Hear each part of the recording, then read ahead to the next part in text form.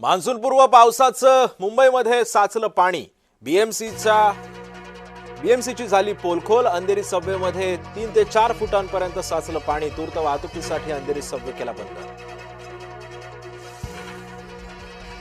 आज महायुतीची पत्रकार परिषद। गरवारे क्लब इथं घेणार संयुक्त पत्रकार परिषद।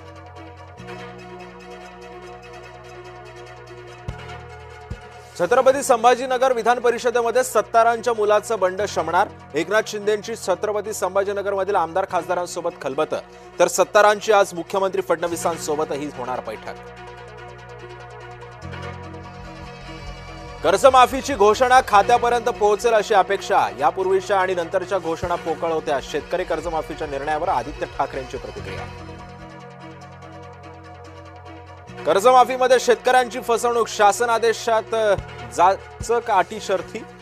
नियमित कर्जदारांना केवळ 50,000 रुपये मिळणार। शेतकरी नेते अजित नवलेंचा कर्जमाफीवरून हल्लाबोल। खरीप पिकांच्या सुरक्षेला प्राधान्य देण्याचे निर्देश। एल निनोच्या पार्श्वभूमीवरती केंद्रीय कृषी मंत्र्यांकडून मान्सूनचा आढावा। नाशिक मल्टीनॅशनल कंपनी धर्मांतर प्रकरणी टीसीएसचा खटला फास्ट ट्रॅक वरती चालवण्याच्या हालचालींना वेग। टीसीएस प्रकरणी तपासात अनेक महत्त्वाचे धागेदोरे झालेत उघड। खानसरांच्या कोचिंग सेंटर बाहेर गोळीबार। हल्लेखोरांनी 5 ते 6 राऊंड केले फायर। 2 दिवसांमध्ये कोचिंग सेंटर उडवून देण्याची दिली धमकी। सुरक्षा रक्षकालाही बेदम मारहाण।